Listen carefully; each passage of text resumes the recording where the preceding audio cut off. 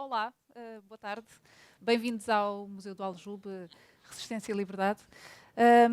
Julgo que uma parte de vós fez uma visita primeiro, eu julgo que estamos todos. Estamos aqui hoje para a apresentação do livro da Fundação Francisco Manuel dos Santos, da Filipa Raimundo, Ditadura e Democracia, Legados da Memória.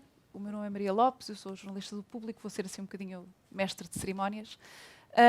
E, portanto, eu queria começar por apresentar a Filipa. Estamos aqui uma boa cota paritária aqui. A Filipa Raimundo nasceu em Lisboa em 1982, é investigadora no Instituto de Ciências Sociais da Universidade de Lisboa e é professora auxiliar convidada do Departamento de Ciência Política do ISCTE, Instituto Universitário de Lisboa. Tem como áreas de interesse os legados do autoritarismo, democratizações e a qualidade da democracia.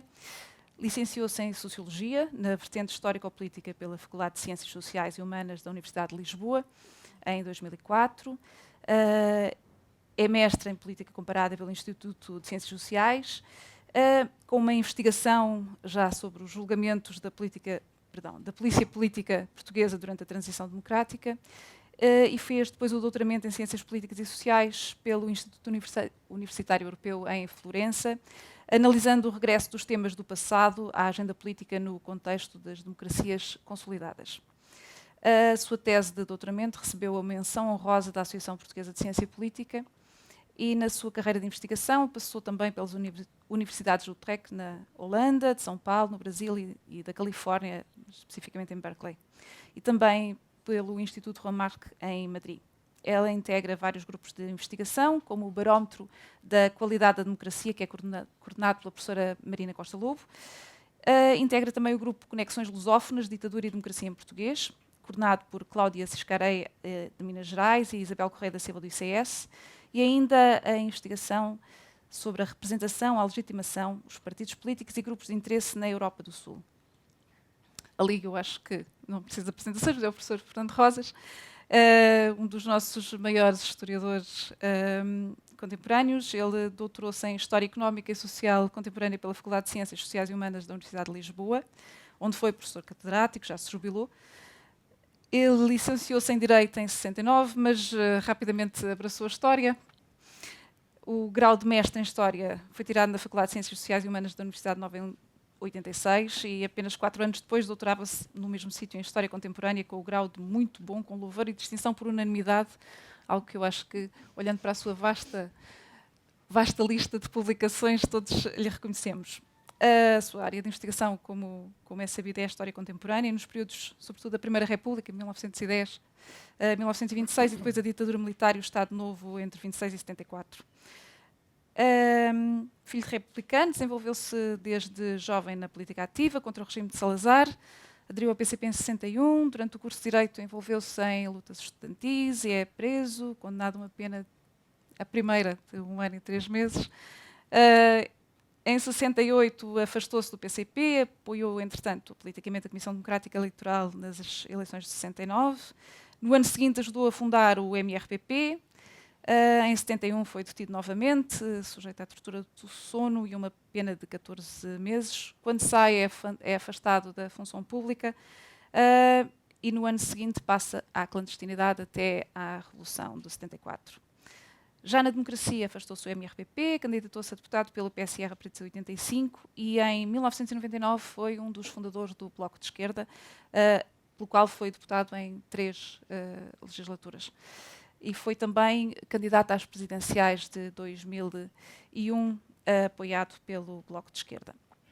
É comendador da Ordem da Liberdade, presidiu ao Instituto de História Contemporânea entre 1990 e 2013 e tem, como eu dizia há pouco, uma vastíssima obra publicada sobre o Estado Novo e sobre a Primeira República. E este ano podemos vê-lo na segunda série do História à História, na RTP, o que é sempre uma lufada de ar fresco, ter história e ter o professor na televisão pública. Aqui à minha esquerda tenho o Ricardo Marchi. Ele licenciou-se em Ciências Políticas em 2000, na Universidade de Pádua, em Itália, e depois, certo? E depois doutorou-se em História Moderna e Contemporânea em 2008, já em Lisboa, no ISCTE, no Instituto Universitário de Lisboa, onde é atualmente investigador. de pós-doutoramento no Centro de Estudos Internacionais. Tem um projeto sobre contra-subversão em Portugal durante a Guerra Fria em perspectiva comparada. As suas áreas de investigação são o radicalismo de direita e as relações entre os Estados e organizações radicais na Europa contemporânea, e integra a Rede Internacional de Investigação, Direitas, História e Memória. Passou também por Sevilha e por Berkeley como investigador. Tem cerca de 2 dezenas de artigos de investigação publicados, há algumas como coordenador, escreveu alguns livros, As Direitas na Democracia Portuguesa, agora em 2016, é o mais recente, o livro Ideias e Percursos das Direitas Portuguesas, em 2014, e um pouco antes, o Império, Nação, Revolução, as direitas radicais no fim do Estado Novo. É, portanto, um investigador, sobretudo na área das políticas da direita e extrema-direita. Eu queria começar por dar a palavra ao professor Fernando Rosas, que nos irá falar um pouco sobre o livro e sobre todo o enquadramento. Certo? Muito obrigado. Então, boa tarde a todas e a todos. Queria começar por cumprimentar o diretor do museu e o museu, o meu colega Luís Farinha, a autora, a Filipa, por este livro, os membros da mesa, o Ricardo e a nossa moderadora, e também a editora, que patrocina o aparecimento deste trabalho da Filipa. Eu vou tentar ser relativamente breve, vou fazer uma muito breve apresentação da obra, depois vou chamar a atenção para coisas que me chamaram a atenção. Umas com as quais concordo menos, outras... Enfim, vocês verão. Eu acho que o livro que a Filipa nos propõe é uma proposta, e uma proposta inovadora, relevante, que pretende dar sentido, uma interpretação global, que pretende dar sentido a um conjunto de medidas, de acontecimentos, de intervenções que marcaram a Revolução e a institucionalização da democracia em Portugal, relativas à maneira como a democracia portuguesa lidou com os crimes da ditadura, portanto, o que a autora chama medidas criminais, com a preservação ou não da memória do tempo da ditadura e da resistência, e com a reparação cívica, as medidas de reparação cívica, relativamente àquilo que se pode chamar as vítimas da repressão ou os autores da resistência. Enfim, como a autora diz, essa terminologia também não é pacífica. A autora organiza a sua análise analisando 4 grupos de questões. Em primeiro lugar, o que ela chama medidas de caráter criminal. No que toca às medidas de caráter criminal, a coisa é um bocadinho restrita. Ela trata, sobretudo, do caso mais cabeludo, que é o da extinção da polícia política e julgamento dos crimes atribuídos à polícia política. É o caso que ela trata. Mas aqui eu acho que as omissões pesam, porque ficou de fora várias outras medidas de caráter criminal que talvez fosse interessante. Ela própria tem essa noção, a autora, não é? Que há ali coisas que... Ela enuncia até algumas delas, mas depois... porque as medidas de caráter criminal foram mais do que a prisão e julgamento dos espíritos. Vou citar algumas. A proibição das organizações fascistas, a amnistia dos desertores, a limpeza dos registros penais, criminais, daqueles que tinham sido condenados por delitos contra a chamada segurança do Estado, o exílio dos chefes do regime, pelo menos do Presidente e do Primeiro-Ministro, do chefe do Governo, do Presidente do Conselho, prisões de ministros e outros suspeitos na altura de atividades contra-revolucionárias. Portanto, as medidas criminais são relativamente mais vastas. Ela pegou naquela que foi a medida mais polémica, mas talvez valesse a pena considerar as outras. Segundo grupo que ela agrupou, e bem, medidas de caráter não criminal, a restrição do exercício de direitos políticos por parte dos responsáveis do regime. Aliás, o livro tem uma tabela, a tabela número 1, sobre isto, quem foram os responsáveis do regime, a quais foram retirados os direitos políticos, a tipologia das situações, que é um quadro bem interessante, e, dentro das medidas de caráter não criminal, os saneamentos. Os saneamentos da função pública, e a autora refere, mas, enfim, compreende-se, não há muitas fontes, os saneamentos das empresas privadas são referidos, mas que até tiveram, sobretudo no processo revolucionário, tiveram uma dimensão bastante razoável. Terceiro grupo, as medidas de preservação da memória, ou seja, ela começa pelas campanhas de dinamização cultural da 5ª Divisão, depois a Comissão do Livro Negro sobre o regime fascista e a museologia. Enfim, há aqui uns museus que ela não refere, mas que foram preparatórios dos 2 grandes museus, um que já está, que é este, municipal, de Lisboa, o Museu do Aljube, Resistência e Liberdade, e o outro que está em vias de formação, que é o Museu de Peniche, ou seja, o Museu da Resistência e Liberdade de Peniche. Mas houve antes outras coisas. A Câmara Municipal teve um Museu da República e Resistência, que funcionou e desenvolveu bastante atividade, diga-se de passagem, da Câmara. Aliás, este Museu do Aljube vem, de alguma maneira, da extinção do outro, e a própria Câmara Municipal de Peniche, antes deste Museu Nacional, que vai ser criado, da Resistência e Liberdade, havia um Museu Municipal da Câmara de Peniche sobre a Resistência, que agora foi fechado, mas o espólio desse museu vai passar, em parte, para o novo museu.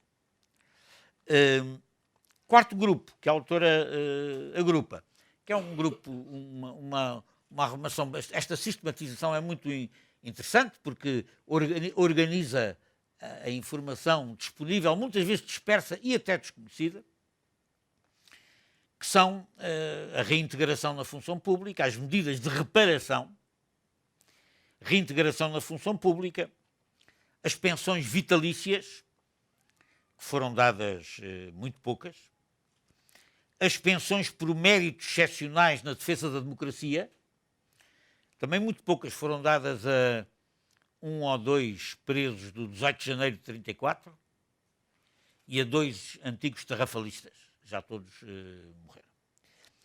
As pensões por serviços distintos, famigeradas, porque foi estas pensões, ao abrigo destas pensões, que o Cavaco deu as pensões a 2 criminosos da PIDE, ao Óscar Cardoso, um dos piores extorsionários da polícia política, teve esta pensão por serviços distintos, e ao António Bernardo, que são dois extorsionários muito conhecidos, sobretudo o Óscar Cardoso, que eu conheci bem, pessoalmente.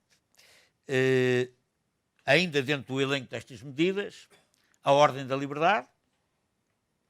A autora analisa também, digamos assim, a linha da sociologia política da atribuição da comenda ou mesmo do Grande Colar, não é? Quando se pensa que o general Spínola foi presidente das Ordens e também presidente da Ordem da Liberdade, a coisa tem o seu quê de curioso.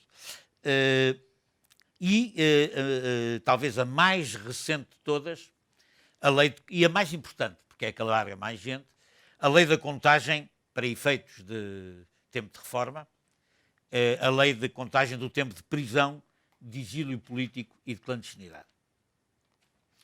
A autora refere ainda outras medidas de reparação que estão esquecidas, e ela traz isso ao de cima aqui no livro.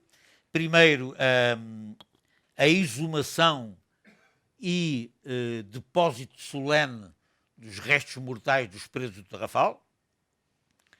que na altura constituiu uma gigantesca manifestação de homenagem àqueles que tombaram, morreram no Tarrafal, e, em consequência disso, o memorial que existe no Alto São João, no cemitério do Alto São João, que é um memorial que nessa altura foi preparado para receber os restos mortais dos presos do Tarrafal e que é muito pouco conhecido também, muito pouco conhecido. E, portanto, trata-se de uma descrição em que frequentemente a autora faz de uma forma detalhada a análise do significado dessa medida, numas mais que noutras, a controvérsia eventual que elas tiveram e um pouco também a sociologia que estas medidas tiveram. Ou seja, esta arrumação não só sistematiza e interpreta os 4 grandes tipos de medidas, como a autora também refere a legislação e refere o significado que elas tiveram. E, portanto, trata-se de uma obra de indiscutível utilidade e de novidade. Não é que estas medidas não se conhecessem, mas muitas delas estavam esquecidas. Quer dizer, há muita coisa que foi feita de medidas criminais, não criminais, de preservação da memória e de reparação das vítimas. Se vocês lerem o livro, a produção destes 4 tipos de medidas é bastante superior àquilo que normalmente se admite na opinião pública. Quer dizer, a coisa foi muito mais, na altura, foi muito mais desenvolvida e muito mais ampla de muitas vezes a imagem que hoje nós temos de que ninguém pensou nisso, não se fez justiça, não se ligou nenhuma, não é bem verdade. Eu não digo completamente não é verdade, porque já vou dizer porque é que eu acho que não é bem verdade. Que observações é que eu tenho a fazer? Em primeiro lugar, não gosto do termo ajuste de contas. A autora tenta transformar a expressão em conceito e eu tenho dúvidas acerca disso. Porque ajuste de contas ou responsabilização cívica e criminal dos responsáveis da ditadura e dos seus crimes? Ajuste de contas tem um subtexto. É o subtexto da vingança, não é? E eu penso que não se trata bem de um ajuste de contas. Trata-se de justiça. Trata-se de fazer justiça. Trata-se de responsabilizar, quer do ponto de vista político, quer criminal, pessoas que são não tanto por terem as ideias que têm, mas por praticarem atos que são atos de crime contra os direitos fundamentais, os direitos e as liberdades fundamentais. E, portanto, já na entrevista que ela deu ontem ao público, anteontem, não foi? O ajuste de contas vinha ao de cima e eu acho que o termo se presta a alguns equívocos, mas depois, gostava de dizer também, a autora estabelece uma comparação interessante entre o caso brasileiro, o caso espanhol e o caso português em matéria deste, abre aspas, ajuste de contas, fecha aspas. Eu acho uma coisa, é claro que há uma diferença abissal, no Brasil não se fez nada, porque no Brasil e em Espanha houve uma situação semelhante, quer dizer, os crimes das ditaduras foram apagados por amnistias gerais. Café com leite para todos, como se diz em Espanha, não é? E, portanto, ninguém foi responsabilizado de coisa nenhuma e qualquer psiquiatra competente percebe que esmagar a memória dá mau resultado, porque aquilo acaba por vir ao de cima e é o que está a passar em Espanha, neste momento, vem ao de cima. Não se pode reprimir a memória do sangue, a memória do sacrifício, a memória da injustiça, não pode. E, portanto, em Espanha está a vir ao de cima e no Brasil também até por motivos absurdos. É que um dos candidatos é um apoiante ativo dos torcionários, portanto, acaba por vir ao de cima pelo outro lado, não é? Pela coisa contrária. Agora, porquê é que é diferente em Portugal e Espanha? Bom, é diferente, é quase evidente. Em Espanha há uma transição, em Portugal há uma revolução. Em Portugal há uma ruptura revolucionária, uma das componentes das quais foi a população assaltar a polícia política. Eu faço lembrar que no plano de operações do então Major Otelo Salário de Carvalho não estava a ocupação da polícia política. A população é que ocupa, assalta a polícia política e impõe à Junta de Salvação Nacional a liquidação do aparelho policial político. Toda a gente sabe que o general Spínola já tinha um novo diretor da PIDE na manga para colocar, quer dizer, na ideia do futuro presidente da Junta de Salvação Nacional, o general Spínola, a polícia política era para continuar em novos moldes. Não continua porque há um dos aspectos da ruptura revolucionária que o golpe militar abre as portas, há um golpe militar seguido de um processo revolucionário, e esse é... Se há coisa que o processo revolucionário conseguiu, foi a imediata liquidação do aparelho policial político e miliciano. PIDE, Legião Portuguesa, Sociedade Portuguesa. E, portanto, quer dizer, acho que essa é a questão fundamental. Em Portugal há uma revolução, na Espanha há uma transição. A Filipa sabe com certeza que em Espanha os arquivos da polícia política continuam fechados. Não estão abertos só para a consulta pública. Podem até ser sido destruídos. Os arquivos centrais da Falange, os provinciais não, mas os arquivos centrais da Falange foram mandados queimar. A Falange era o partido único espanhol.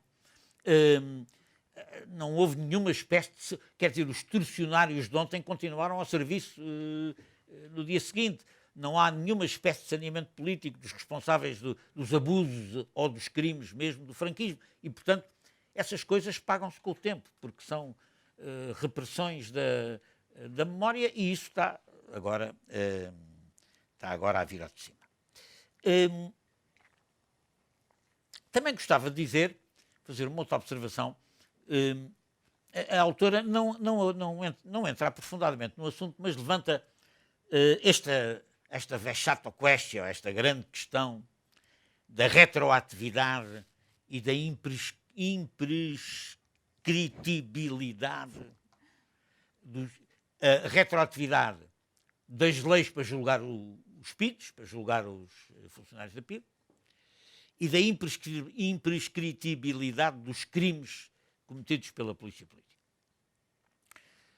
Este problema já se pôs no julgamento de Nuremberg. Ou seja, para julgar os crimes políticos, respeita-se ou não se respeita a legalidade do Estado que cometeu os crimes políticos. Se respeita, não há possibilidade nenhuma de fazer justiça, porque os PIDs estavam a cumprir as ordens, a cumprir a lei, a cumprir... Esse problema pôs-se em Nuremberg e pôs-se agora com a Stasi, na República Democrática Alemã, exatamente nos mesmos termos. Os indivíduos da Stasi que foram presos e incriminados vieram dizer que a República Democrática Alemã era um Estado que existia, na ordem internacional e reconhecido, e que a Stasi era uma polícia política legal na República Democrática Alemã e, portanto, a espionagem que eles faziam ou os abusos que eles cometiam contra presos políticos ou de espionagem em países estrangeiros eram coisas legais, não podiam ser julgados por causa disso. Bom, é um problema que não é um problema, como se compreende, nada fácil de abordar, mas em Portugal seguiu-se uma solução que foi esta. O problema é muito discutido e é pena que a Filipa... provavelmente este livro foi escrito antes da Irene Pimentel publicar o livro dela sobre a justiça política, sobre o julgamento dos PIDs, etc. Porque ela lá aborda um pouco essa polémica que houve sobre como lidar, do ponto de vista da produção legislativa, com o julgamento, com a justiça em relação aos crimes da polícia política. E foi uma discussão que não foi bem no calor da luta da rua, foi uma coisa entre os advogados antifascistas, os advogados democratas, os advogados que defendiam os presos políticos nos tribunais plenários, fizeram reuniões na ordem dos advogados, com o governo, etc., para discutir como é que a coisa se podia fazer, e a solução que eles encontraram foi a seguinte: considerar que a polícia política, pelo tipo de atividades que tinha desenvolvido, era uma associação de malfeitores. Era uma associação criminosa. E, portanto, as pessoas, sendo uma associação criminosa, ainda que o decreto dessa caracterização tenha efeitos retroativos, aplica-se para trás, de qualquer maneira, as pessoas que pertenciam ou exerciam atividades nessa associação criminosa eram julgadas por isso e depois graduadas na sua responsabilidade pelo tipo de crimes que tinham ou teriam cometido ao serviço dessa associação criminosa.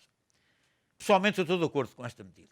Por muito que digam o que disserem, não há outra maneira de fazer justiça senão admitir que em casos como este possa haver retroatividade das leis. Senão não havia julgamento de Nuremberg, senão a PIDE não teria sido julgada e senão os responsáveis da Stasi também não teriam sido julgados. E, portanto, a imprescritibilidade também acho que deve manter-se, porque os crimes contra os direitos humanos e as liberdades fundamentais não devem ter prescrição, é a minha opinião. E, portanto, acho que a solução é encontrada, é polémica, como foi em Nuremberg, mas a alternativa é um pouco haver justiça ou não haver. Põe assim o problema. E falando de justiça, e com isto vou acabar, para dar a palavra aos meus colegas e ao público, a justiça política da democracia em Portugal foi escassa e injusta.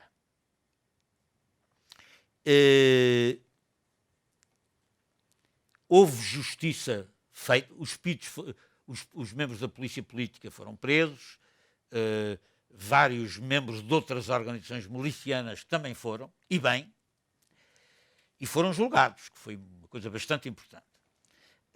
Agora, tudo isto foi feito num quadro político, após o 25 de novembro de 75, em que a preocupação central era a chamada reconciliação nacional, e, portanto, tudo isto foi feito num quadro político em que houve um grande abrandamento do rigor da justiça relativamente a esta gente. E, portanto, só para citar alguns casos, há setores absolutamente incólumes da administração a qualquer tipo de saneamento político.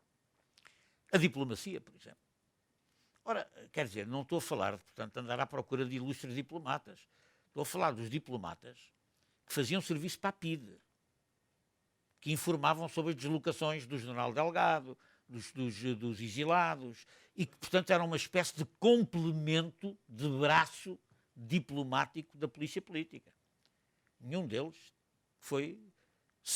lhe foram pedidas responsabilidades por isso. Relatórios para a polícia política. Isso está à disposição dos investigadores nos arquivos da diplomacia. Os juízes dos tribunais plenários. Os tribunais, já não falo dos juízes do Tribunal Militar Especial, porque o Tribunal Militar Especial acabou em 45 e eles em 74 já deviam estar quase todos mortos. Já deviam ter morrido. Mas os plenários não. O Tribunal Plenário é criado em 45, é um tribunal judicial, mas com funções de julgamento político, funções políticas, e os juízes que são nomeados para os tribunais plenários, são juízes de confiança política do regime e que vão lá desempenhar um papel de braço judicial da polícia política. Só foram responsabilizados aqueles que estavam em exercício no 25 de abril de 74. Todos os outros não foram, quer juízes, quer delegados do Ministério Público. Eu fui julgado 2 vezes, conheci bem os juízes, e o acusador público, no meu tempo era um Célber Melo, e no tempo de outros companheiros que aí estão, um Célber Melo, que acabou um Melo, que era um puro delegado da polícia política nos julgamentos, um homem que no processo de Beja referiu que só não pedia a pena de morte contra os revoltosos de Beja, porque não havia pena de morte em Portugal, era pena. E o doutor Sousa Tavares respondeu-lhe: se eu pudesse, pedia a pena de morte sim, mas contra a inteligência, contra a burrice, a incompetência e a estupidez, apontando para o homem, para esse Melo. Mas estamos a falar, portanto, de indivíduos que este Melo acabou conseguir do Supremo Tribunal de Justiça, como se fosse um personagem respeitável. Não é? Listas de informadores que desapareceram misteriosamente. Onde é que estão os informadores nas Forças Armadas? Não se sabe. Onde é que estão os informadores na comunicação social? Televisão, jornais, rádio? Não se sabe. Nunca se apurou. Bom, e o julgamento dos Pides, não é? O julgamento dos Pides foi uma farsa, e uma farsa insultuosa para a memória das vítimas da repressão, porque no outro dia, falando com o conselheiro Domingos Abrantes, que é conselheiro de Estado, eu perguntei-lhe: mas porquê é que tu não foste a tribunal depor? Ele foi muito torturado pela polícia, estava a ser julgado o inspetor Tinoco, um dos famigerados inspectores da PIDE, porquê é que não foste depor? Ele dizia-me: eu não fui depor, e é verdade, eu lembro-me disso, porque nos tribunais militares, foi a quem foi entregue o julgamento dos PIDES, a certa altura os réus pareciam ser aqueles que apresentavam a queixa.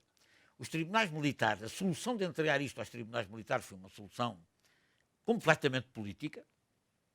Os militares tinham andado com a PIDE a fazer a guerra nas colónias, portanto, quer dizer, não havia ninguém melhor. Os PIDES foi considerado circunstância atenuante no julgamento dos PIDES, os serviços prestados à pátria na guerra colonial. Portanto, estamos conversados sobre isto. E, portanto, o julgamento foi uma coisa... a tabela das penas é conhecida, a Irene Pimentel publicou em detalhe no livro dela as medidas e tabelas de pena por responsabilidade hierárquica na polícia, e pode-se dizer que nenhum polícia teve preso mais de, o máximo, os piores, 4 anos, e o diretor da PIDE, que também depois foi solto porque tinha um cancro e foi morrer a casa. E foi morrer em casa. E, portanto, há aqui o julgamento da polícia política é feito num contexto de viragem política no país, onde se preferiu não o julgar em tribunais civis e onde os tribunais militares tiveram um comportamento de proteção política à polícia. Aliás, a Filipa cita um depoimento do Óscar Cardoso, que diz, se vangloria, porque ele é assim pimpão, o Óscar Cardoso, não é? Assim, é um tipo que diz, torturei-os e então, qual é o problema? E, portanto, o Óscar Cardoso dizia que tinha encontrado um juiz do Tribunal Militar no Rossio e que tinha dito, epá, tenho lá o teu processo nas mãos, mas vamos encaminhar isto da melhor maneira, não sei o que mais. Quer dizer, toda a gente sabia que era... Toda a gente, aliás, sabia que era assim. O próprio Presidente Mário Soares, na altura, fechou um bocado os olhos, mas mais tarde viria a indignar-se muito com esta maneira como decorreu o julgamento dos Pides. Por último, pronto, e vou acabar com isto, já estou a falar há muito tempo, eu acho que há aqui, no texto da Filipa, uma coisa que eu queria salientar é que talvez haja alguma subestimação, apesar disto, do trabalho que foi feito em matéria de memória. Por exemplo, quando a Filipa diz que os anos 80 e 90 são anos de apatia no campo da convocação da memória, eu queria lembrar, peço desculpa, mas não posso concordar com isto, porque são anos do arranque da historiografia do Estado Novo. Os anos 80 e 90 são os anos de arranque da moderna historiografia do Estado Novo. Em termos de produção historiográfica, em termos de investigação, são anos de uma plétora de iniciativas e de trabalhos que tem a ver completamente com o desenterrar da memória. Aliás, a historiografia moderna do Estado Novo e todas as atividades de debate crítico da memória do regime e da resistência são feitos nos anos 80 e nos anos 90. E mesmo há toda uma produção muito interessante sobre a justiça política pós-golpe militar, pós-revolução de 74. Porquê? Porque muita documentação respeitando aos processos de 74 e 75, seja saneamento, seja julgamento dos expedidos, seja prisões, etc., era documentação que estava fechada até agora. Ora, com a abertura do material do Conselho da Revolução à consulta, na Torre do Tombo, há todo um campo imenso. O arquivo do Conselho da Revolução não respeita só às reuniões do Conselho da Revolução, respeita, como saberá, a toda a intervenção económica do Conselho da Revolução. Nas empresas em que os patrões tinham fugido, nas empresas em falência, nas empresas ocupadas pelos trabalhadores, e, portanto, há todo neste momento, para os jovens investigadores, há um enorme campo de investigação em matéria do que foi da gestão desta problemática no processo revolucionário, coisa que foi aberta agora. O material do Conselho da Revolução está à consulta na Torre do Tombo. No outro dia, aliás, ouvi uma notícia interessante. É que o ex-conselheiro da Revolução, Sousa Castro, teria dado o seu arquivo do Conselho da Revolução ao arquivo do Pacheco Pereira, do José Pacheco Pereira. Coisa que me levanta uma dupla perplexidade. Primeiro, como é que ele legitimamente tinha o arquivo do Conselho da Revolução em casa? Primeira questão. E segundo, porque é que um arquivo dessa responsabilidade não está onde deve estar? Na Torre do Tombo, claro. Sem nenhum desprimor para o trabalho que o Pacheco tem desenvolvido sobre isto, que é um trabalho absolutamente meritório. Mas o problema que se põe é saber onde é que devem estar estes documentação, que é do Estado, não é particular. Se fossem os papéis particulares do antigo Conselheiro da Revolução, estava muito bem. Agora, papéis do Estado, papéis públicos, documentação pública, que se leva para casa e depois entrega-se a um particular, seja ele qual for, independentemente dos méritos do trabalho particular do Pacheco Pereira, parece-me é ilegal. Pronto, quer dizer, estes papéis não podem estar em casa de uma pessoa que depois nem sequer os devolve aos arquivos nacionais. Portanto, era isto que eu queria dizer. E, portanto, falta estudar muita coisa e termino dizendo que falta estudar uma coisa até muito, muito cabeluda e muito polémica. Falta estudar os crimes da polícia política e das Forças Armadas na Guerra Colonial. Falta estudar isso. Falta estudar com a guerra. E eu lembrei-me disso, sabem porquê, além do mais? Por causa do caso da Argélia Francesa, agora nestes últimos dias, em que o Presidente da República da França veio pela primeira vez, e num país chauvinista e como a França, reconhecer que a tortura foi um recurso normal das tropas francesas na Guerra da Argélia, veio pedir desculpa por isso aos argelinos e veio ordenar que toda a documentação das Forças Armadas respeitante a este assunto fosse aberta aos investigadores. Qualquer dia em Portugal vai bater também essa.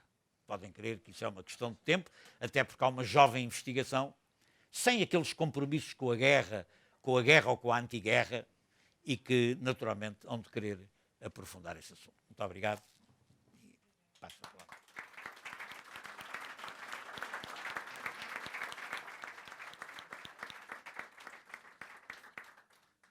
Muito obrigada, professor Fernando Rosas. Eu passo agora a palavra ao Dr. Ricardo Marchi.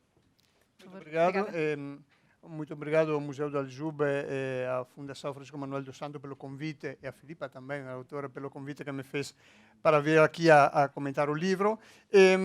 Eu tenho que dizer que os comentários que irei fazer partem de uma perspectiva de um estrangeiro, nomeadamente de um italiano, que há alguns anos anda na história política contemporânea portuguesa e de uma perspectiva um bocado particolare, porque o meu contato mais aprofundado com a história política contemporânea portuguesa é com a extrema-direita portuguesa, portanto, as correntes radicais de direita dentro do Estado Novo e dentro da democracia portuguesa, nomeadamente no período da transição. Portanto, eu tenho esta dupla vertente, ou seja, o ser estrangeiro em Portugal e o ser particularmente dedicado aos temas da extrema-direita, que influencia ovviamente a minha leitura de qualquer livro de storia contemporanea. Devo dizer que eu tive o privilégio de seguir todas as etapas da investigação da Filipa ao longo dos anos. Assisti a várias apresentações que a Filipa fez no ICS ou em outros institutos sobre os momentos parcelares da sua investigação e os resultados que ia alcançando. Portanto, estive sempre a par desta investigação. E uma das etapas possivelmente mais difíceis que a Filipa teve que enfrentar foi a escolha do título do livro. Chegamos até a falar disso.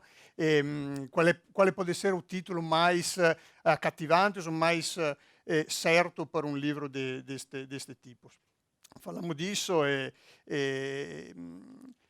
mas eu sempre fiquei com a ideia, quando ouço falar de memória histórica, principalmente de memória histórica da democracia em relação aos regimes autoritários, que o título melhor para qualquer livro sobre este tema seja Vae Victis. A expressão latina Vae Victis, traduzível em Portugal com Ai dos vencidos. Isto vem muito da minha experiência italiana. Na Itália, na democracia italiana, nós temos, em 1945, dois campos bem claros. Os vencidos aos fascistas, os vencedores aos antifascistas, a ampla frente antifascista dos comitês de libertação nacional, que compreendia desde os democratas cristãos aos comunistas. Portanto, este campo bem definido dos antifascistas ditou a memória histórica sobre o fascismo ao longo de 40 anos de democracia portuguesa. E a cosa che se un bocado no final do século XX com a Segunda Repubblica Italiana, e quando, através de Berlusconi, agora non vou fazer toda a storia, a direita italiana, a direita, inclusive a extrema direita italiana, chega ao poder, e aí então se rompe este pacto antifascista de definição da memória histórica, porque uma parte dos antifascistas, os liberais, os democratas cristãos, de uma certa forma, legitimam o reemergir da memória histórica dos fascistas em democracia. Este tema dos Vae Victis, dos Ai dos vencidos, é particularmente interessante em Portugal, porque em Portugal nós temos dois vencidos. Temos os vencidos do 25 de abril e temos os vencidos do 25 de novembro. Estes dois vencidos determinam as políticas de memória histórica na democracia portuguesa. E a Filipa, o livro da Filipa traça bem estas duas componentes de vencidos do autoritarismo e da democracia. De facto, o tema política de memórias, a Filipa utiliza muitas vezes outro termo que eu acho mais acertado, que é o combate pela memória, a luta pela memória. Aquilo que em Portugal se vivenciou nos 40 anos de democracia portuguesa foi combate pela memória, uma luta pela memória entre differenti facções sobre o autoritarismo real e sobre o autoritarismo potencial. Okay? E vou explicar por quê. Sobre o autoritarismo real é sobre o Estado Novo. Sobre o autoritarismo potencial é sobre aquilo que poderia ter acontecido se os derrotados do 25 de novembro não tivessem sido derrotados. Esta, pelo menos, é a visão que uma parte das forças políticas, não só da direita, mas do PS para a direita, até da extrema-direita, levam à frente. É engraçado porque este combate pela memória, esta luta pela memória sobre o autoritarismo real e sobre o autoritarismo potencial tem vertentes diferentes. Sobre o autoritarismo real há quase diria eu, consenso em Portugal junto dos partidos políticos. A Filipa disse isso, demonstra isso no seu livro. As propostas de leis, as discussões sobre o passado autoritário que acontecem no parlamento alcança até os 75-80% de consenso entre as forças políticas que votam todos no mesmo sentido de condenação do passado autoritário. uma coisa, diga-se de passagem, um bocado estranha, porque em outros países, por exemplo, falo da Itália, por exemplo, há sempre alguma força política dentro do Parlamento que reivindica, se não de forma, também de forma saudosista, mas que reivindica de alguma forma a legitimidade do passado autoritário. Em Portugal isto não acontece, é muito difícil, quase impossível encontrar dentro de um Parlamento uma força política que se levante a defender a legitimidade do passado autoritário. E isto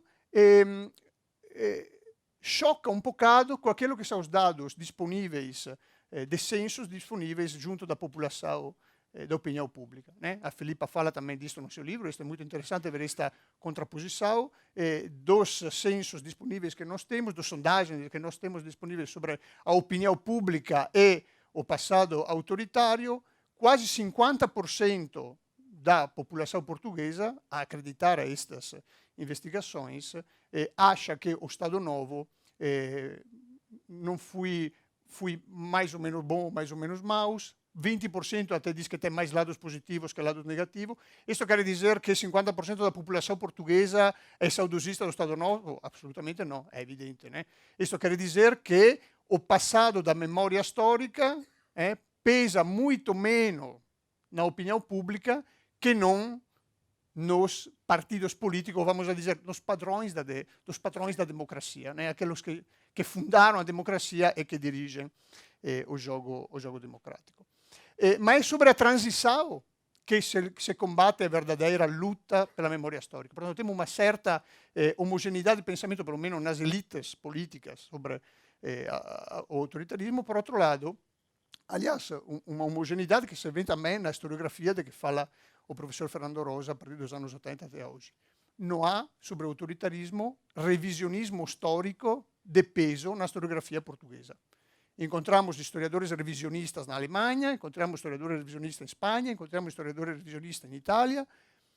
Que eu saiba, não encontramos historiadores connotados como revisionistas em Portugal. Né? Temos os casos do Rui Ramos ou Jaime Nogueira Pinto, que tem uma visão legitimadora das direitas, mas não podemos defini-los como revisionistas do regime autoritário, assim como acontece com historiadores em outros países europeus. Em relação à transição, estava a dizer, o combate pela memória histórica, pelo contrário, parece muito mais vincado, muito mais forte. Né? Aí temos uma ampla frente anticomunista, como estava a dizer, que vai desde o Partido Socialista até ao CDS, para não falar das franjas mais à direita do CDS, que luta mesmo contra a visão comunista do PC ou da extrema esquerda pela recuperação do PREC, né, do período revolucionário em curso, dentro da Revolução Portuguesa e dentro a gênese da democracia portuguesa. E a luta não parece mais dura.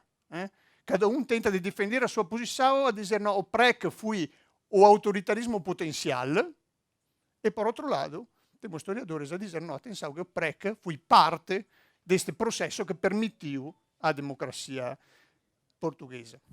Mas temos também uma luta entre o próprio PS e o PCP, ou seja, entre os socialistas e os comunistas, sobre a memória histórica, sobre a apropriação da primeira linha da memória histórica, sobre quem foi o verdadeiro pai fundador da democracia portuguesa.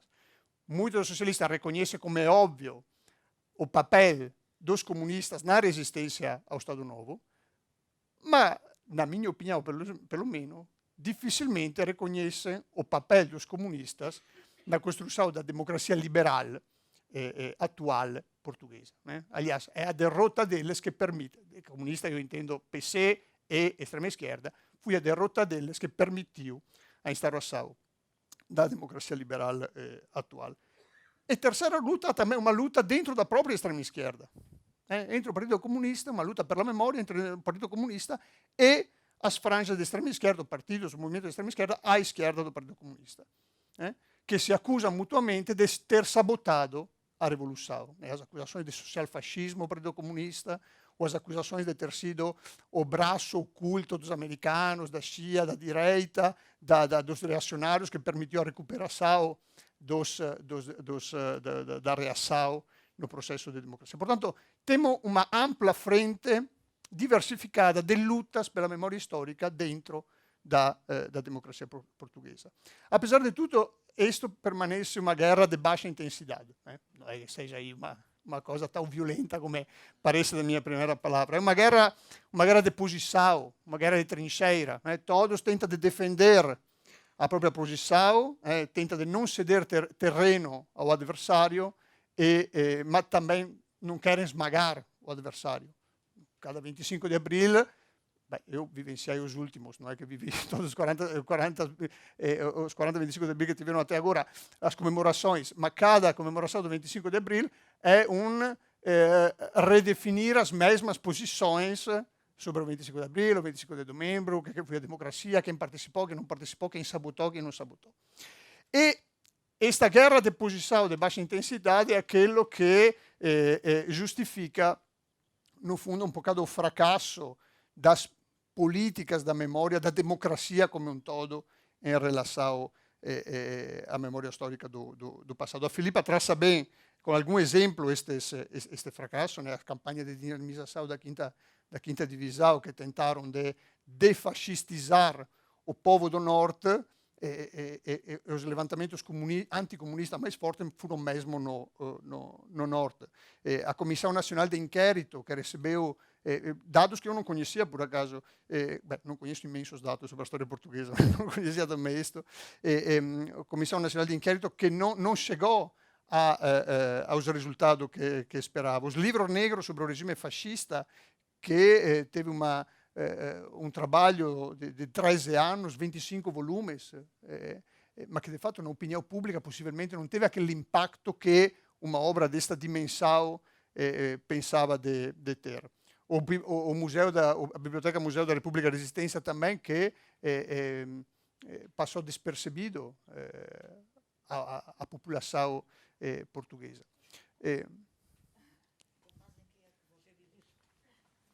Passou despercebido? Isto é aquilo que se depreende do livro. Eu acho que aquele museu...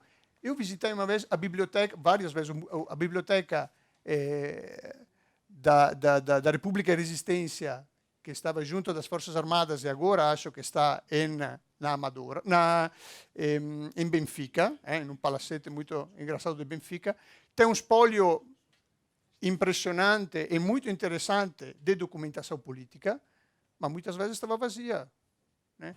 Havia pouco acesso das pessoas. Às vezes que estive eu, é ótima para trabalhar para um investigador, mas eu não vi aí o povo português a aprender a memória histórica do seu passado.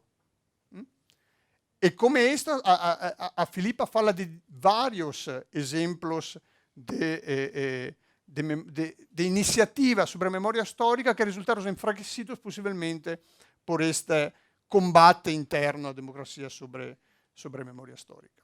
Um outro ponto fraco desta políticas de memória histórica, que a Filipa retrata eficazmente, é sobre a repressão. Isto tem particular interesse para os meus estudos, porque todas as vezes que eu falo já há vários anos com os meus queridos extremistas de direita, quer da altura do autoritarismo, quer do período da transição, aquilo que eles reivindicam muitas vezes é a repressão que sofreram durante a transição, principalmente. Esta medida que o professor Fernando Rosas falava, da associação de malfeitores, não temos que esquecer que não foi dirigida só aos PID. Foi dirigida a centenas de cidadãos empenhados nas políticas de direita durante a transição. Centenas de pessoas, no 28 de setembro e no 11 de março, acabaram nas cadeias por meses, devido à participação, segundo os militares do MFA, a associações de malfeitores.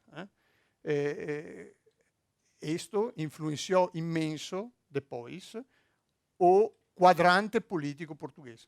Porque todas estas centenas de militantes políticos da direita não puderam participar nas eleições do 25 de abril de 1975. Aliás, o único partido que resistiu às repressões de 28 de setembro, o Partido da Democracia Cristã, foi proibido de concorrer às eleições de 25 de abril de 75 e nas eleições legislativas de 25 de abril de 1976 não houve nem um único partido de direita, fora do CDS, mas sabemos qual era o discurso do CDS na altura, que reivindicasse um posicionamento à direita no spettro politico.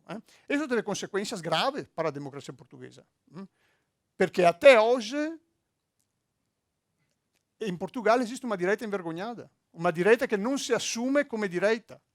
Os jornais a chamam de direita, desde o PSD até o CDS, mas, de facto, há este problema na democracia portuguesa.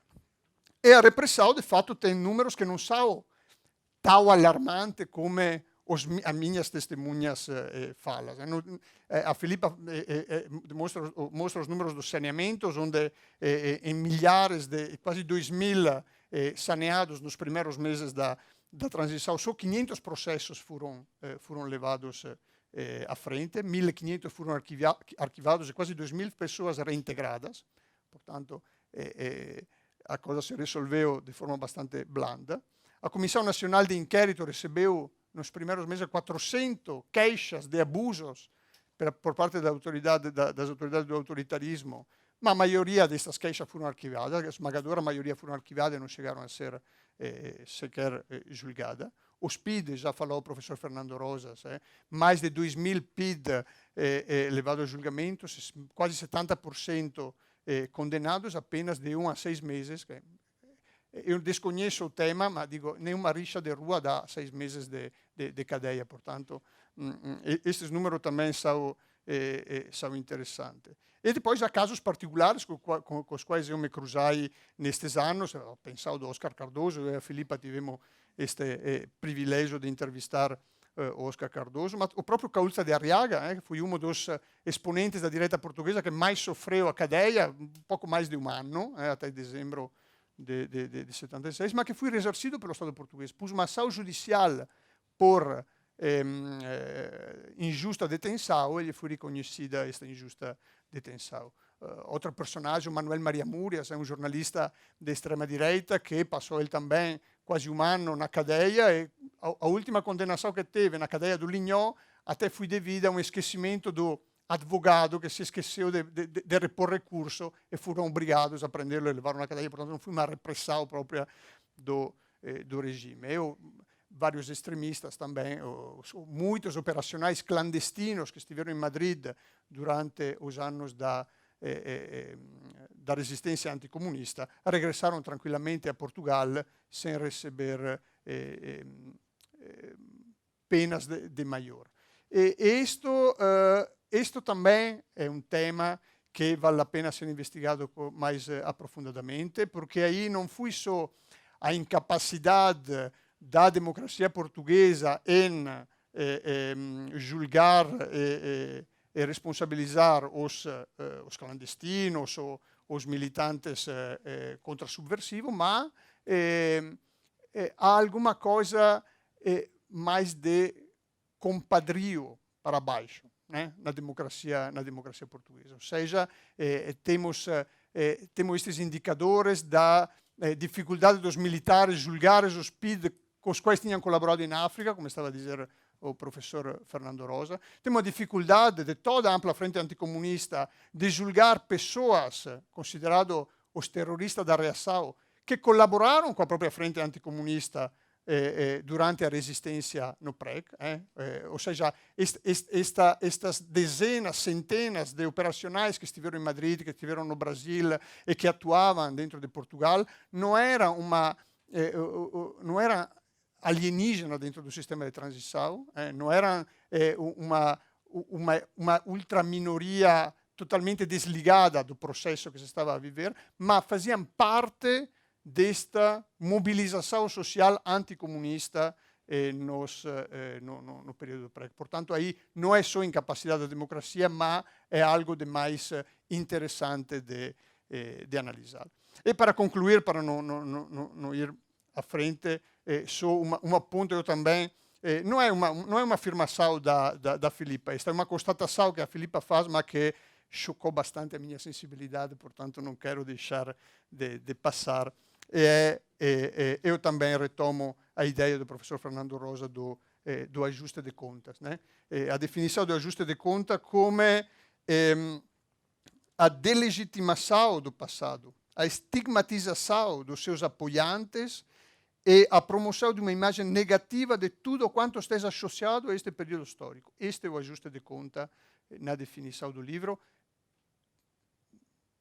pela observação empírica que a Filipa fez. Eu acho que isto não é ajuste de conta nenhum, né? Ou seja, demonizar o adversário, delegitimar o passado, é compreensível no rescaldo da mudança de regime, principalmente quando há uma guerra civil no meio, quando há uma transição por ruptura, quando há uma revolução que acaba com o regime anterior. Passados 40 anos, há uma forma, cada regime deve ter uma forma madura de fazer um ajuste de contas com o passado. Deve ter a capacidade de não ver o seu passado histórico, qualquer que seja, neste caso estamos a falar de autoritarismo, como uma parêntese negra totalmente estranha à história do país, mas deve perceber o lugar que aquele passado tem dentro da lógica diacrônica da vida de uma nação. E os próprios historiadores progressistas, historiadores de esquerda, que confrontam o passado autoritário desta forma, sofreram eles próprios esta marginalização quando se fala do PREC, né? Há uma parte da historiografia, como estava a dizer, que considera o PREC uma parêntese negra, algo que não devia ter acontecido porque não fazia parte da realidade portuguesa e que, felizmente, ficou fechado naqueles pouco mais de ano e meio da história portuguesa. Ecco, questa ideia da parentesi negra che permanesse per 40 anni da storia di una nazione na storiografia e no dibattito politico, na minha opinião, è un erro che non leva a lado nenhum. Obrigado.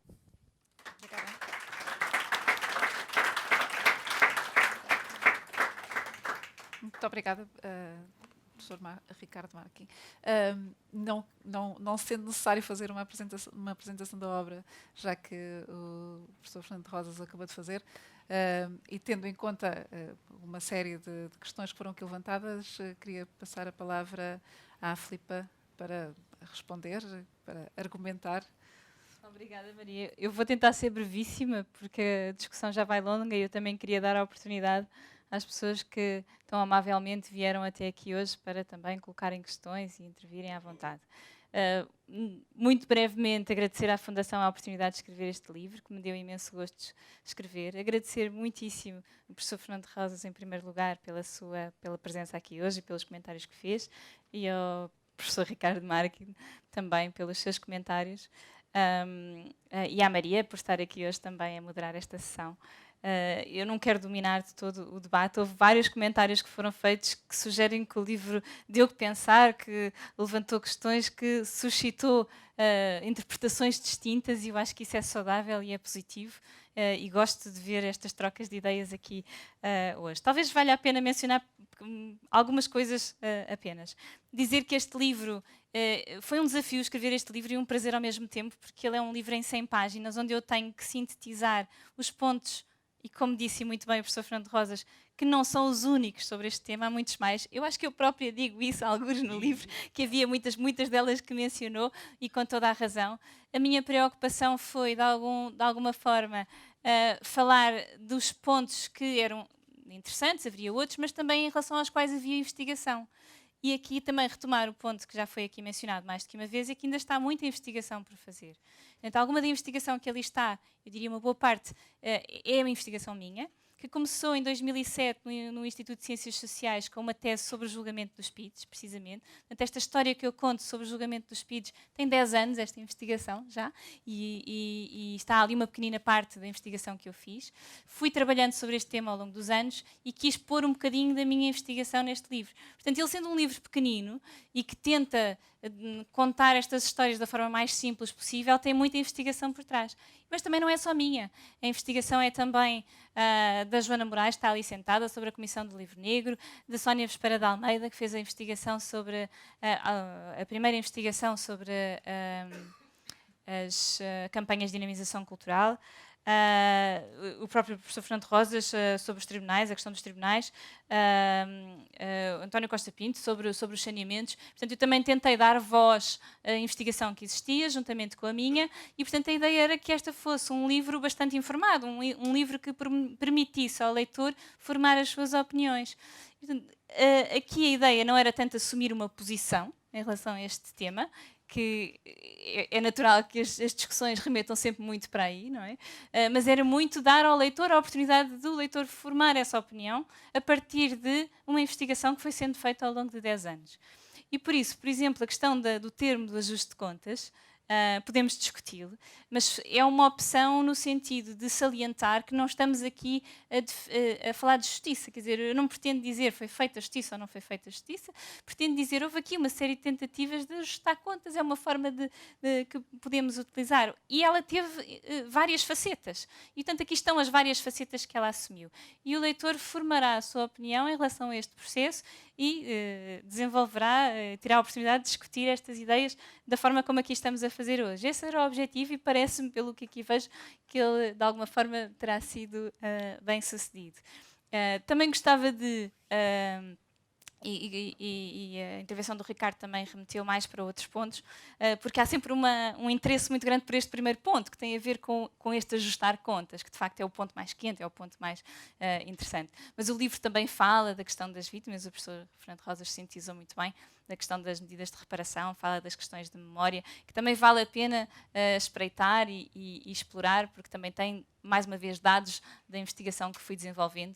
E todos os pontos que mencionou que não estavam, estão na minha agenda para continuar. Portanto, num livro um bocadinho mais extenso, eu acho que daqui a uns anos poderemos estar aqui a debater nova investigação sobre estas questões.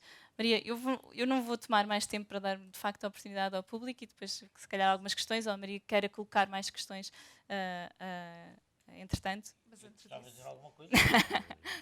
eu percebi que quando o professor Ricardo estava a falar, o professor Fernando Rosas tomou aí uns apontamentos e com algumas coisas com que discordava completamente, queria dar-lhe Só gostava de dizer o seguinte, oportunidade não disso. é discordar completamente, é Discordar, visão. claro. A ideia que o nosso colega aqui disse, de que o livro defende que há uma falência da memória histórica em Portugal, não só não me parece ser o ponto de vista da autora, assumidamente, como me parece contraditória com o facto de se reconhecer que com a ruptura revolucionária de abril de 74, há um facto em Portugal que é distintivo, que é o sistema político criado em 75, 76, é um sistema político que parte de um consenso de recusa do passado ditatorial, consensual a todos os partidos. Ou seja, a direita portuguesa, reconstituída em democracia, ao contrário da espanhola, não reconhece a herança do salazarismo como sua. Também fui obrigado a isso. Bom, não foi obrigada. Houve eleições, houve isso tudo. Nenhum partido político hoje reivindica a memória do salazarismo. Nenhum da direita. Podem lá no íntimo pensar que não sei quem... E pensam. Mas o que é facto é que, do ponto de vista da... Porquê? Porque se criou uma hegemonia na opinião pública, vou utilizar um termo gramsciano, uma hegemonia na opinião pública acerca do regime anterior. E com todo o respeito, eu gostaria de ver em pormenor esses inquéritos da opinião pública, porque, quer dizer, qual é a idade média, qual é o sítio onde se fez o inquérito, qual é o peso dos homens e das mulheres. É representativa, é uma amostra representativa. Etc, etc. Portanto, essas coisas também têm que ser... Portanto, eu não acho que haja uma falência da memória. Acho que, aliás, há uma contradição entre falar-se em falência da memória e reconhecer a hegemonia da condenação, a hegemonia, digamos assim, o consenso acerca da condenação do regime anterior, no sistema político português. E, portanto, acho que não há uma falência da memória. O que há é uma hegemonia de uma certa memória, o que é uma coisa diferente e que provoca menos polémicas do que provocou o debate historiográfico na Alemanha, o debate historiográfico em Itália, o debate historiográfico em Espanha. Porque em Espanha há um partido, o Partido Popular, que é um partido que se considera continuador do franquismo, não é? Em certo sentido, uma parte dele, pelo menos. Ou seja, e esse consenso antifascista, digamos assim, existiu em Portugal e traduziu-se em Portugal. Também acho um pouco ridículo, devo dizer, falar de que a limitação dos direitos políticos aos responsáveis do antigo regime teve influência na Constituição e na democracia portuguesa. Quantos é que foram saneados? 5 mil, 10 mil, 15 mil tipos. Isso teve alguma... Mais influência teve a proibição do MRPP de ir às eleições constituintes. Não, eu estava a falar das prisões dos quadros e militantes do movimento federalista português, do movimento popular português, do Partido Liberal. Liberal. Teve alguma influência no destino da democracia? Então não teve. Eram os embriões do partido de direita, eram os embriões dos partidos de direita na transição portuguesa. Foram liquidados todos. Os partidos de direita representaram-nos amplamente no debate político e nas eleições livres. Isso é a mesma coisa que dizer... Deixe-me acabar, que eu também não entendo. Isso é a mesma coisa que dizer que as eleições em Portugal não foram eleições livres porque havia presos políticos que não... Não, os presos políticos que houve foi gente que tentou desenvolver atividades contra-revolucionárias, bombistas e terroristas contra a democracia. Em 28 de setembro de 74. Em 75 em 74 e 75. Nas eleições políticas de 25 de abril de 74, nenhum partido de direita pôde concorrer e até aí não houve arrebentamento de bomba nenhuma. Pura e simplesmente foram postos na cadeia. As primeiras eleições que há em Portugal são para a Assembleia Constituinte, 25 de abril de 1975. Exatamente. E foram proibidos de concorrer a essas eleições o Partido Democrata Cristão, o MRPP e a Associação Operária Camponesa, a AOC. Entretanto, já no 28 de setembro, os partidos que existiam tinham sido liquidados, os embriões de partido que existia tinham sido liquidados. Na sequência de uma tentativa de golpe de Estado, foram liquidados e bem. Pois, a historiografia passou aquilo como golpe de Estado. O que é que queria? Desculpa. Não. Então, o 28 de setembro, o que é se não um golpe de Estado? Você deve estar mal informado sobre isso. Alguém meteu isso na cabeça. O 28 de setembro... Mas a burla de 28 de setembro não é uma fonte histórica, é um livro completamente ideológico, político e parcial, que não tem nenhuma espécie de credibilidade histórica. Nós estamos aqui a falar de investigação histórica e estamos aqui a falar de rigor histórico, não é falar desse tipo de coisa. Isso é ideologia pura, isso é pura ideologia. No 28 de setembro estava em preparação um movimento para pôr em causa o curso da Revolução, esse movimento falhou e houve prisões. Que isso agora vir dizer agora que isso influenciou o destino e o curso da democracia em Portugal é risível. É pura e simplesmente risível. Porque os partidos foram legalizados, concorreram às eleições, ganhou quem ganhou, perdeu quem perdeu. E portanto, pôr em causa a gênese da democracia portuguesa por causa das medidas que se tiveram de tomar contra atividades conspiratórias e mais tarde contra atividades bombistas, não me parece defensável. Eu vou aproveitar e abrir a discussão agora sim à plateia. Queria saber se alguém tem alguma pergunta para fazer. Sim, se podia identificar, por favor. Pedia que se identificasse, por favor. Eu só queria ao professor Ricardo, eu tenho a impressão que ele se esqueceu do movimento HELP. Sim. E esse, portanto, não o focou. E quando eles fogem porque são democratas? Não. O Exército de Libertação de Portugal constituiu-se em Espanha em janeiro de 1975. As pessoas que compuseram aquele movimento faziam parte da ala mais radical da direita portuguesa, totalmente antidemocráticos, né? Totalmente antidemocráticos, que vinham principalmente do movimento de ação portuguesa, e de outras proveniências menores. Agora, a direita do CDS em Portugal durante a transição não estava limitada ao Exército de Libertação de Portugal. Havia outros movimentos, embriões de partidos que se estavam a formar e que foram liquidados no 28 de setembro. Desde o Partido Liberal, o Movimento Federalista Português, o Movimento Popular Português e por aí à frente. Agora, se você acha que não é uma anomalia numa democracia, depois de 40 anos de existência de uma democracia, não ter um partido representando no Parlamento que se defina come partido de direita, está no seu direito a achar. Eu, pessoalmente, acho que esta é uma anomalia. E torna a democracia portuguesa mais fraca. Potencialmente mais fraca, porque mantém uma parte do eleitorado que possivelmente participa nas eleições com um discurso político não aberto, não claro, que não é o seu. Okay? E em Portugal passa-se muito isso. Ao longo dos 40 anos da democracia portuguesa, muita gente não pôde dizer aquilo que gostava de ter dito. E não estou a dizer só em termos de reconhecimento, ou seja, você me está a dizer que em Portugal a direita portuguesa sempre falou abertamente da sua identidade política. Não, eu estou perguntando-lhe, você acha que em 40 anos de democracia portuguesa, a direita portuguesa sempre se expressou de forma livre sobre a sua identidade política? Não, falou-se não quis. Por amor de Deus, eu peço, como estrangeiro tenho desculpa para a ignorância. Desculpa. Eu peço desculpa. Há alguns comentários temos que fazer aqui alguma... pensar primeiro. Queria só há pouco disse que em Portugal há de facto falta de historiadores revisionistas e há a expressão que usou é que há hoje uma direita envergonhada. Não sou eu que utilizei essa expressão. Eu encontrei esta expressão aqui em Portugal da direita envergonhada e subscreve? Subscrevo totalmente.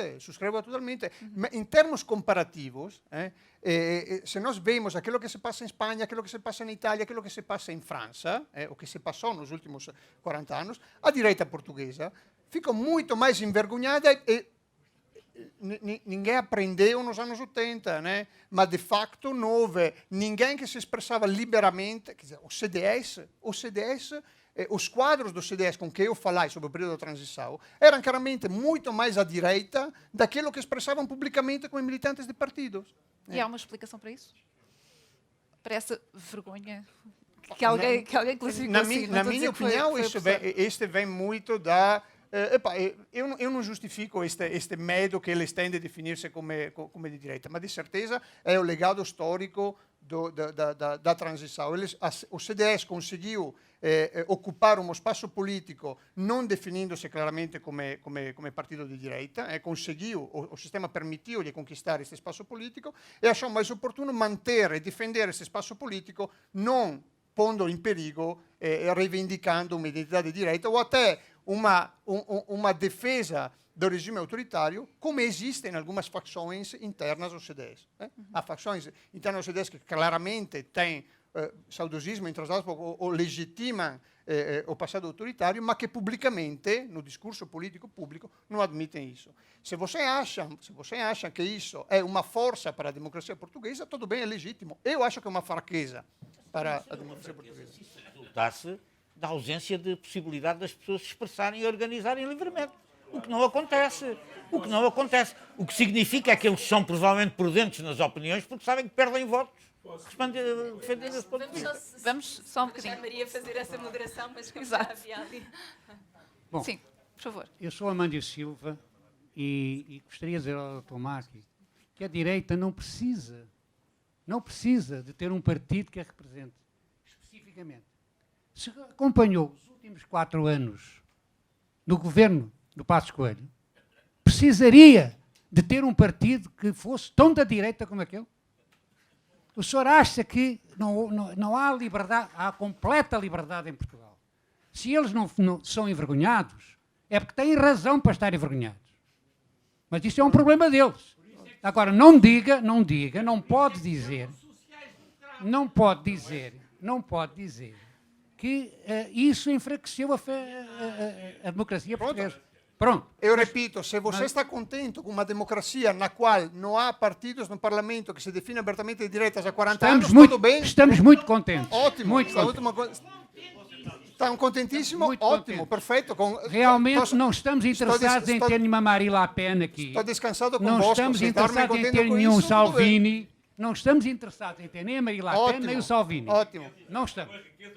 Pronto. Nós não estamos interessados. Agora, eu queria falar sobre o problema da justiça.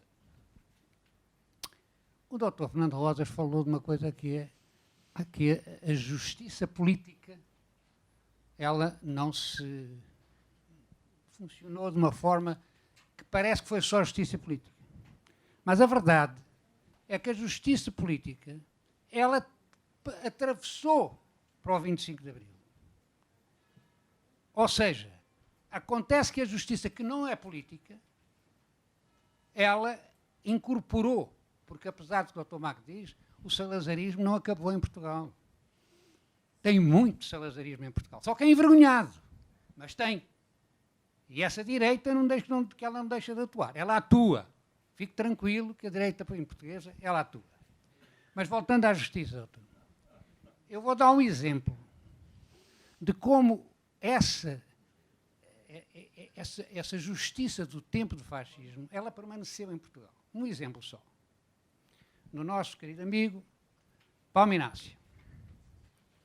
Quando foi solicitada a pensão por méritos da liberdade em relação ao Paulo Inácio, a primeira apresentação feita na Procuradoria-Geral da República foi negada, tendo como argumento os mesmos argumentos do Tribunal de 1961, que era o problema do banco, que não era um crime político, que era um crime comum, etc, etc. Portanto, atravessou. Foi preciso haver um recurso com manifestações internacionais em defesa do Paulo Inácio para que, então sim, lhe fosse concedida a pensão. Então, a direita, Dr. Marques, ela continua aí em Portugal. Mas eu não estou dizendo que não mas existe desculpe, a direita mas em Portugal. eu estou a falar- Atenção. Eu pedia que. Não, mas o problema aqui é o resumisse um seguinte, bocadinho. é que é problema, eu fiquei muito impressionado com a vivência e completo, com a democracia a gente é assim, devemos aceitar exatamente isso que o Dr. Maca diz. Mas há uma má interpretação do que se passa em Portugal, isso eu tenho que lhe dizer. Em terceiro lugar, sim. Em terceiro lugar ali, em quarto lugar aqui e depois lá atrás.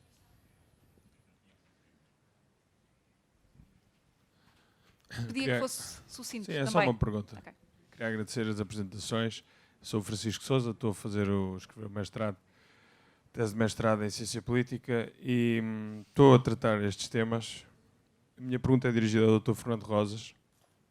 Queria lhe perguntar se é da opinião que todas as pessoas que foram presas e saneadas, sobretudo entre 27 de setembro de 1974 e 25 de novembro de 1975, tinham cometido crimes. Se foram sempre seguidos os direitos humanos na forma como se processaram, com julgamentos no Tribunal Militar e tortura em Caxias, as apreensões pela Polícia Política do COPCON, aliado aos elementos do PCP e da Comissão de Extinção da PIDE, incluindo mesmo o homicida do Dr. João Jacques Valente.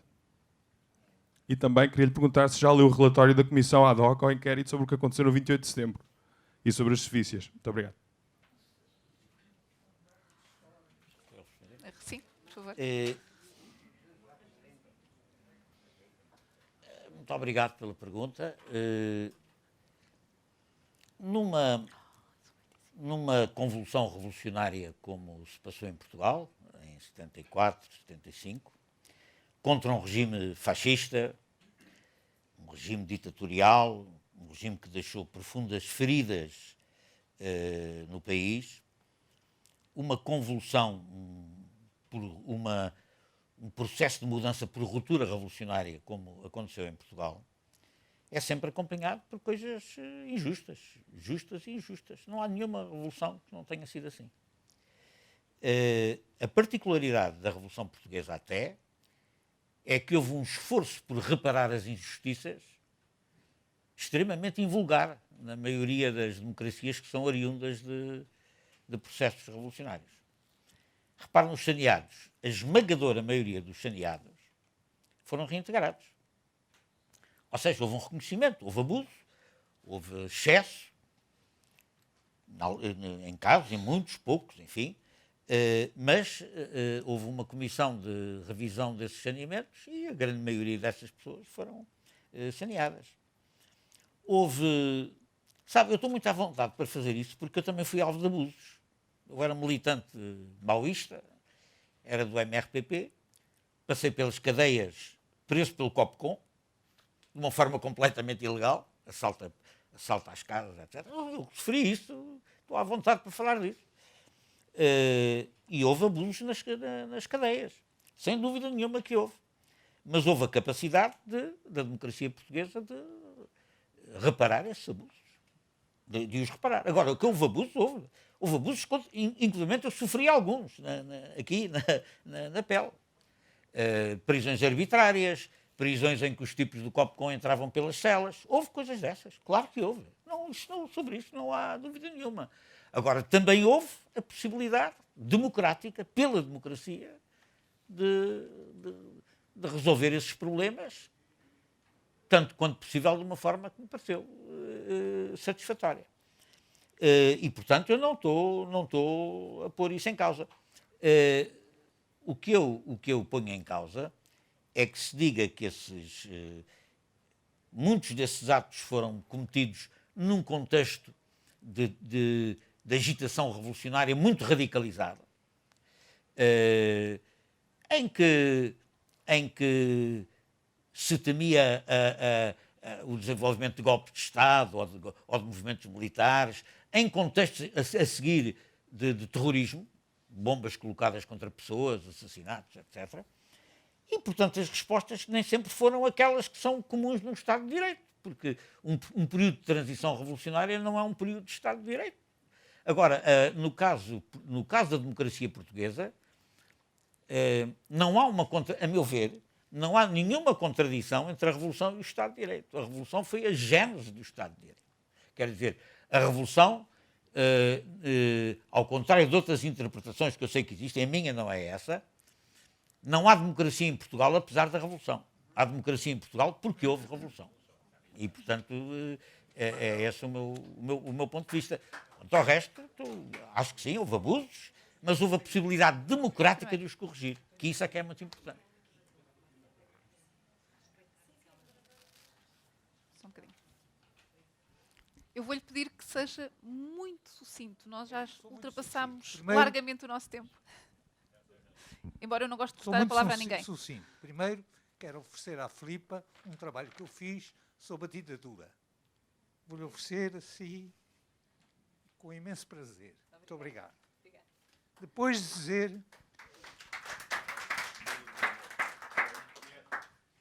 dizer que nós temos aqui uma pessoa que fez parte de 2 movimentos revolucionários em Portugal. Aqui o Amândio. O Amândio fez parte da revolta da Sé e fez parte do assalto ao avião. Aqui, o Amândio. Portanto, é um prazer estar aqui, principalmente hoje, que eu não sabia que o Amândio vinha, nós somos amigos desde o Brasil. Encontrei-me com ele depois do 25 de Abril, quando fomos, enfim, por causa do Palma, etc, etc, etc, etc. Bom, e é um prazer estar aqui porque vejo que as pessoas vão pensando no que era o antigo regime e o que é a democracia portuguesa, com todos os erros. Eu lembro, por exemplo, eu sou amigo íntimo da Isabel do Carmo. Foi presa depois do 25 de Abril, uma série de anos. Isabel do Carmo. E antes do 25 de Abril tinha sido uma das revolucionárias, porque era médica e era das associações... Era das associações de medicina, chamavam-se na altura...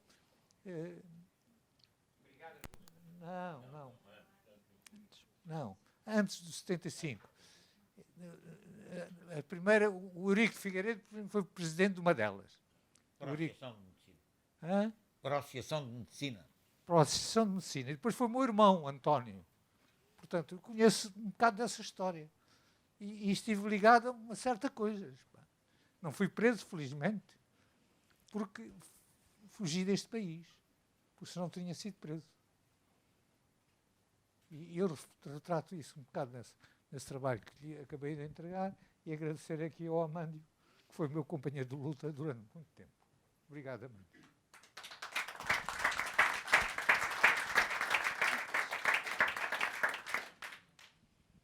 Boa tarde. Tentar ser muito rápido, mas em relação ao 28 de setembro, foi um tema que eu estudei com algum detalhe. Uma coisa é os abusos e arbitrariedades que terão havido pós 28 de setembro ou até pós 11 de março, mas uma certa caça às bruxas ou algumas prisões com pouco fundamento legal.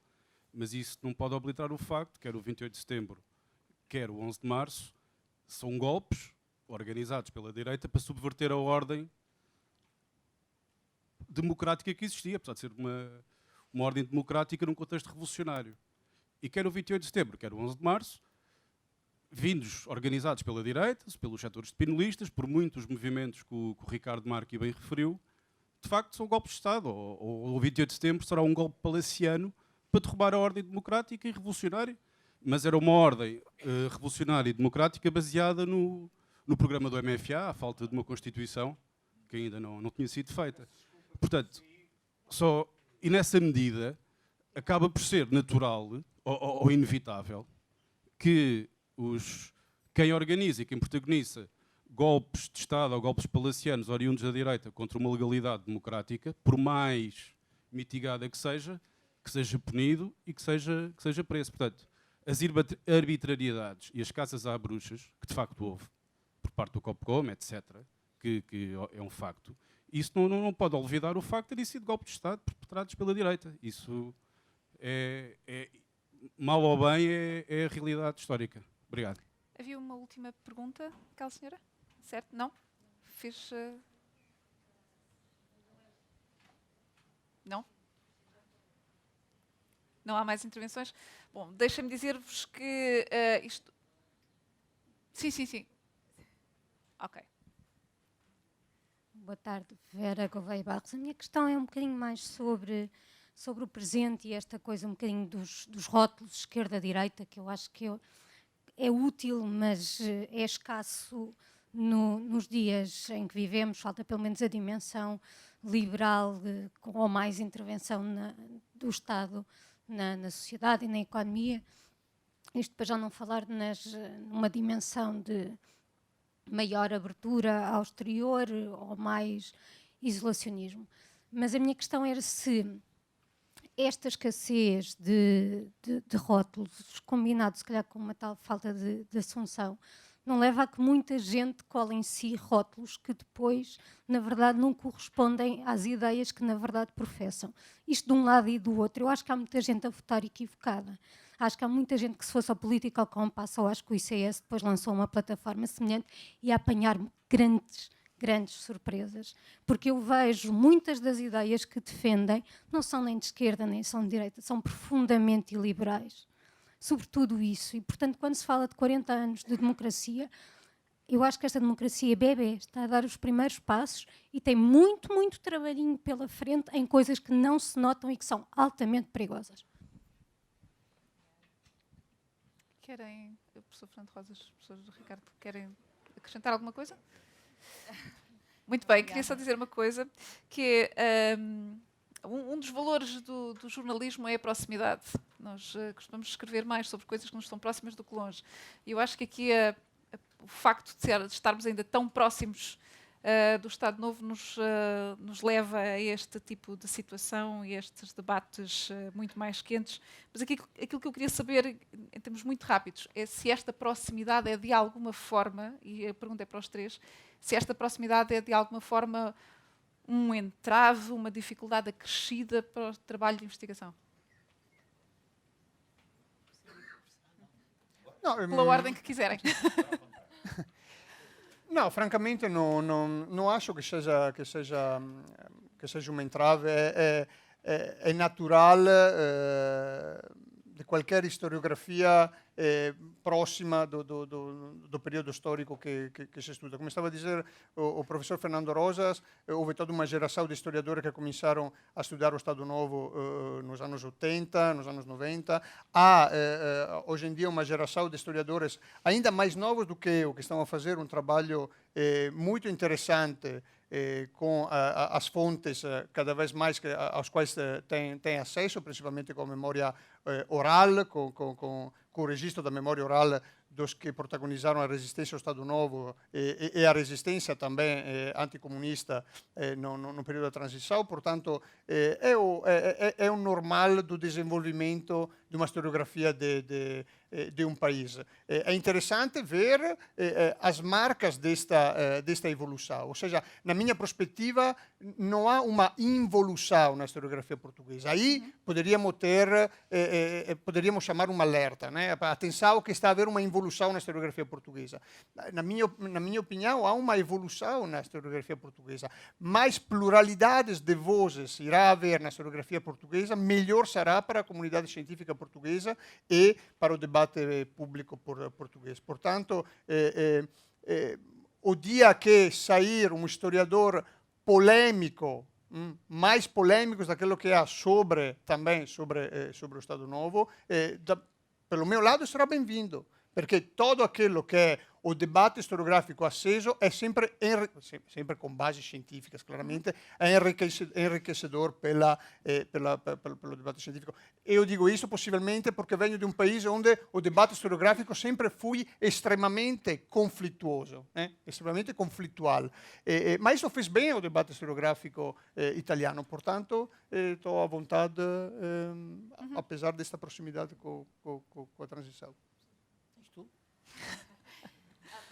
Eu salientaria talvez um aspecto que acabou por ser aqui menos falado, é que todos os capítulos deste livro terminam com os resultados de um inquérito que eu realizei junto de intervenientes, como os dois que infelizmente tiveram que abandonar, mas duas pessoas que muito generosamente participaram de um inquérito que fiz junto de pessoas que participaram da oposição e resistência ao Estado Novo.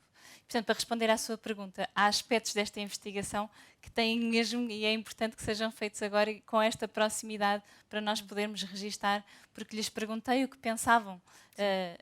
Não foi um inquérito sobre o seu passado, mas um inquérito sobre estas questões. O que é que pensavam sobre estes julgamentos, sobre os saneamentos, sobre os museus, sobre as reparações, e era importante recolher esta visão e incluí-la no livro, e estou extremamente grata a todos os que aceitaram participar neste trabalho, e por isso, sob esse ponto de vista, é um prisma um bocadinho diferente dos outros, mas sob esse prisma é importante ainda fazermos isto agora e fazermos isto hoje para podermos captar também este contributo. Eu acho que vamos fazer 45 anos depois do 25 de Abril, quase meio século. Não é assim uma proximidade, já é meio século. E depois também acho que a pretensão de se fazer uma história que paira imune sobre a sociedade, aos conflitos que nela existem, é uma pretensão estulta, não é? Os historiadores são seres que incorporam o espírito da sua época, incorporam diferentemente os espíritos da sua época. E, portanto, nunca haverá uma história sobre o Estado Novo. Haverá histórias sobre o Estado Novo, e estou de acordo, isso é bom, que haja essa pluralidade de escolas. O Georges Duby, que é uma grande referência historiográfica, dizia que não há história objetiva, que isso não existe. O que há é a história rigorosa, que é diferente. Ou seja, nós somos o que culturalmente a sociedade fez de nós. A sociedade, a família, a experiência de cada um. Agora, há uma barreira epistemológica, digamos assim, que os historiadores respeitam, que é a metodologia. O que é científico na história é o método. É o método de a fazer, o rigor de a fazer, a crítica das fontes, etc. Por isso é que não se pode falsificar a realidade, manipulá-la desonestamente, etc. Agora, um historiador que trabalha com rigor os historiadores que trabalham com rigor terão certamente interpretações muito diferentes sobre a realidade, e essa pluralidade é boa. Já lá vai o tempo do Estado Novo em que havia uma interpretação unívoca, oficiosa e unilateral sobre a história. Não é? Isso é bom. E basta ver que o ânimo dessas discussões não respeita só a história do Estado Novo. Veja o Museu das Descobertas e a polémica que deu o Museu das Descobertas. Claro, isso são grandes polémicas historiográficas que é muito salutar que existam na sociedade. E, nesse sentido, acho que há uma nova geração de historiadores, de facto, e que estão a fazer uma coisa que é muito importante. É que estão a dar uma grande atenção à história colonial e ao período colonial, acerca do qual havia uma espécie de campânula protetora. E a história colonial é das questões que tem suscitado mais atenção dessa nova geração de historiadores. É muito bom que isso aconteça, porque a história colonial é uma espécie de não dito na nossa história, de coisa recalcada na nossa história, de mitologia antiga, que é muito urgente. Mais um daqueles temas envergonhados. É um tema envergonhado. Mas não é um tema envergonhado porque seja proibido fazê-lo. É um tema envergonhado porque na sociedade isso está entupido, não é? Agora, haver uma série de jovens historiadores que não têm os problemas de posicionamento ou até de preconceito que os outros mais velhos podem ter, é uma coisa boa, porque isso permite-lhes olhar para os objetos históricos com outra liberdade no sentido de liberdade de espírito, com outra. E nesse sentido eu tenho muito otimismo em relação à nova geração de historiadores e aos que aí estão para surgir, e queria terminar felicitando a Felita pelo seu trabalho e pelo contributo que ela nos deu. Ok, muito obrigada. Eu aproveito para agradecer ao Museu a hospitalidade, à Fundação o convite e a oportunidade que proporcionou. Queria dizer que a Filipa estará, julgo que lá fora, há uma banca com os livros com o livro da Filipa e, entretanto, outros também da Fundação. Portanto, se quiserem parar ali um pouco e trocar umas palavrinhas, nós agradecemos. Eu, por mim, muito obrigada, e em nome também dos três do painel, agradeço. E muito obrigada e boa noite.